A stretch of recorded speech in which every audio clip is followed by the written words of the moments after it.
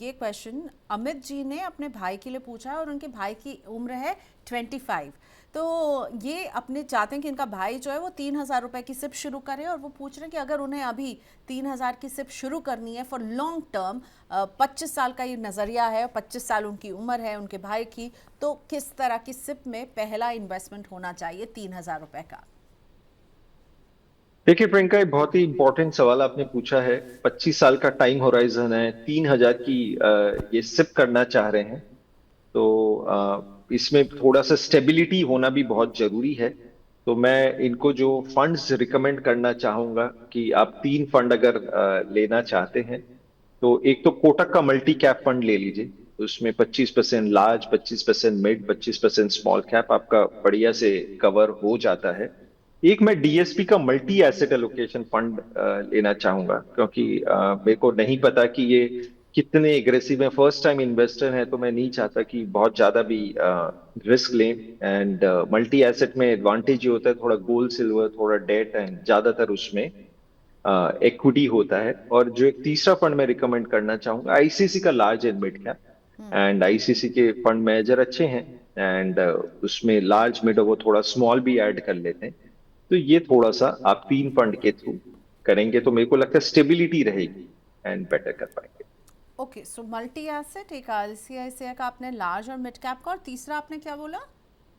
DSP multi asset है। Okay, so multi asset आप ले सकते हैं। तो ये तीन ऑप्शन है, तो 3,000 को तीन 1,000 में ब्रेक वन करें, वन या थाउजेंड अभी तीनों में से एक ही स्कीम चुनें और एक ही से शुरू नहीं, करें? तीनों में 1,000 कर लें।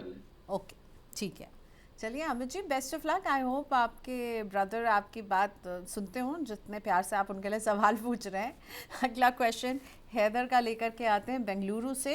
हैदर जी, हम आपको कॉल करने की कोशिश कर रहे थे, पर शायद आप बिजी हैं अभी। इनकी सिप है एचडीएफसी के फ्लेक्सी कैप में 20,000, आईसीआईसीआई के मल्टी एसेट फंड में 20,000, निपॉन के मल्टी कैप फंड में भी 20,000, कोटक का मिड कैप फंड यहाँ पर 10,000, मोतीलाल ओसवाल के मिड कैप फंड में 10,000, बंधन के स्मॉल कैप फंड में 20,000, टाटा गोल्ड ईटीएफ में 15,000। पूछ रहे हैं कि मल्टी कैप और फ्लेक्सी कैप वो दोनों रखना एक साथ सही है, और या फिर आप उन्हें कहेंगे कि निपॉन के मल्टी कैप को वो डीएसपी के टाइगर फंड में जो है शिफ्ट करें। 2035 यानी अगले जो है अराउंड 9 ईयर्स तक जो है इनका निवेश करने का भी इरादा है। एचडीएफसी फ्लेक्सी कैप है, आईसीआईसीआई मल्टी एसेट है, निपॉन का मल्टी कैप है, कोटक का मिड कैप है, मोतीलाल ओसवाल का मिड कैप, बंधन का स्मॉल कैप और टाटा गोल्ड का ईटीएफ है। तो फ्लेक्सी कैप बेसिकली इनके पास है एचडीएफसी का, और मल्टी कैप है निपॉन का। सो उनको लग रहा है कि क्या ये दोनों सही रहेंगे, एक फ्लेक्सी कैप और मल्टी कैप, या फिर मल्टी कैप का पैसा डीएसपी के टाइगर फंड में डालें? मुकेश जी। देखिए प्रियंका, हैदर जी का पोर्टफोलियो इंटरेस्टिंग है और इन्होंने बहुत ही इंपॉर्टेंट क्वेश्चन पूछा है। क्योंकि जो म्यूचुअल फंड के कैटेगरीज होते हैं, जो नाम होते हैं, काफी कई बार ओवरलैपिंग लगते हैं, सिमिलर से लगते हैं, और हमें डिफरेंस समझने में कई बार दिक्कत हो जाती है। एंड जैसे एक फ्लेक्सी कैप कैटेगरी, एक फ्लेक्सी कैप है, इनफैक्ट 3 कैटेगरीज है जहां पे काफी कंफ्यूजन बना रहता है। एक फ्लेक्सी कैप है, एक मल्टी कैप है, और एक मल्टी एसेट फंड है। तो तीनों नाम बहुत सिमिलर लगते हैं, ऐसा लगता है मल्टी है, फ्लेक्सी है, कहीं भी कुछ भी कर सकता है। बट सेबी ने इनकी डेफिनेशंस बनाई हुई, जानना बहुत जरूरी है, क्योंकि तीनों कैटेगरी बहुत अलग है, तीनों का रिस्क प्रोफाइल अलग है, और तीनों की रिटर्न एक्सपेक्टेशन भी अलग है। तो मैं समझाना चाहता हूं कि इनमें होता क्या है।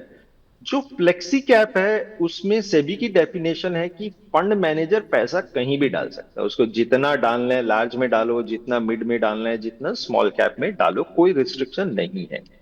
नाउ टेक्निकली फ्लेक्सी कैप बहुत अच्छी कैटेगरी है, क्योंकि हम चाहते हैं भाई फंड मैनेजर तुम ही डिसाइड करो, मेरे को डिसाइड मत करने दो। अगर तुम्हें स्मॉल कैप ज्यादा लग रहा है तो तुम स्मॉल कैप करो, जो अच्छा लग रहा है मेरे बिहाफ में डिसीजन लो। बड़ा प्रॉब्लम ये हुई है फ्लेक्सी कैप कैटेगरी में प्रियंका, कि इनके एयूम बहुत बड़े हो गए। एक एक फ्लेक्सी कैप का एयूम 1 लाख करोड़ हो गया है, बहुत बड़ा एयूम हो गया है।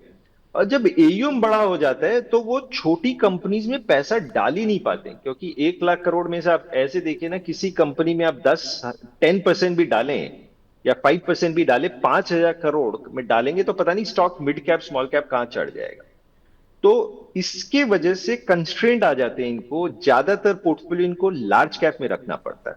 तो आप ज्यादातर जो पर्टिकुलर बड़े बड़े नाम हैं, आप फ्लेक्सी कैप का उनका पोर्टफोलियो देखेंगे तो देखेंगे, रियलाइज करेंगे 70% ऑलमोस्ट लार्ज कैप में होता है और 30% मिड स्मॉल में होता है। तो नाम के वो फ्लेक्सी कैप हैं, ज्यादातर उनका पैसा लार्ज कैप हेवी में होता है। चाहे आप एचडीएफसी फ्लेक्सी कैप ले लीजिए, पराग पारिक फ्लेक्सी कैप ले लीजिए, जितने भी हैं ये, तो इनका पैसा आपको लार्ज कैप हेवी मिलेगा। अब अगर दूसरी कैटेगरी की बात करूं, मल्टी कैप, तो मल्टी कैप में सेबी की डेफिनेशन होती है कि 25% लार्ज, 25% मिड, 25% स्मॉल कैप, 75 ये हो गया, और 25% वो कहीं भी डाल सकता है लार्ज मिड स्मॉल में, जहां उसको अच्छा लग रहा है। तो इसमें एक अच्छी बात ये होती है मल्टी कैप में कि भाई स्मॉल कैप में भी पैसा जाएगा फोर्सफुली, ऐसा नहीं कि लार्ज में ही करेगा। तो मल्टी कैप में अच्छा खासा स्मॉल का भी एलोकेशन मिल जाता है, ये थोड़ा बेटर डाइवर्सिफाइड होता है। थर्ड जो लास्ट कैटेगरी है, जिसका नाम मल्टी कैप जैसे सिमिलर साउंड करता है, वो multi asset allocation fund. Multi asset allocation fund एक हाइब्रिड फंड है। इसकी डेफिनेशन सभी की ये बोलती है कि एटलीस्ट आपको 3 एसेट क्लास उठाने हैं, एंड मिनिमम हर क्लास में, एसेट क्लास में 10% होना पड़ेगा। जनरली ये मल्टी एसेट फंड क्या करते हैं, 65 से 70% इक्विटी उठाते हैं, वो भी ज्यादातर लार्ज कैप होते हैं। कुछ गोल्ड, कुछ सिल्वर 10-15% उठा लेते हैं, और थोड़ा डेट या रीट्स भी ले लेते हैं। तो ये तीनों के डिफरेंसेस हैं, और इन्वेस्टर्स जब पिक करें तो उसी हिसाब से अपना पोर्टफोलियो बनाए। अब अगर मैं हैदर जी के पोर्टफोलियो में देखूं, इन्होंने तीनों कैटेगरी से, जो भी मैंने बोला, फ्लेक्सी, मल्टी एसेट और मल्टी एसेट एलोकेशन से एक एक फंड उठाया है। एक एचडीएफसी फ्लेक्सी कैप उठाया, एक आईसीसी का मल्टी एसेट उठाया, और निपॉन का मल्टी कैप उठाया। ये राइट। तीनों आप कंटिन्यू करें, इनमें कोई प्रॉब्लम नहीं है। फंड्स अच्छे हैं, ट्रैक रिकॉर्ड अच्छा है, डाइवर्सिफिकेशन को भी आपको मिल रहा है। एक कोटक का मिड कैप है, वो भी आप कंटिन्यू करें। एक बंधन का स्मॉल कैप है, क्योंकि शुरू के जो फ्लेक्सी कैप, मल्टी एसेट या multi cap, multi asset fund, multi cap fund होते हैं, ये लार्ज कैप हैवी होते हैं। तो एक अलग से कोटक का मिड कैप और बंधन स्मॉल कैप करने से इट इंश्योर्स कि हमारे पास enough mid and small cap है। एक इनके पास मोतीलाल का मिड कैप फंड है, मेरे को नहीं लगता दो मिड कैप फंड की जरूरत है, तो उसको आप बंद कर दीजिए। एंड उसको बंद करके जो पैसा आता है, बाकी के जो 5 फंड है उसमें बराबर कर दीजिए। तो थोड़ा सा ये चेंज कर रहा हूँ, नंबर ऑफ स्कीम्स कम कर रहा हूँ, मिड कैप में 2 फंड है, उसकी जगह एक कर रहा ओके, सो मिड कैप में एक ही स्कीम, शुरुआत में मुकेश जी ने कहा था मिड कैप और स्मॉल कैप एक एक होना चाहिए, तो उससे ही स्टिक करेंगे। अदरवाइज आपका पोर्टफोलियो अच्छा है। सर ने जो है फ्लेक्सी कैप, मल्टी कैप और मल्टी एसेट का एक डिफरेंस भी समझाया है, तो उस हिसाब से आपको चिंता करने की हैदर कोई ज़रूरत नहीं है।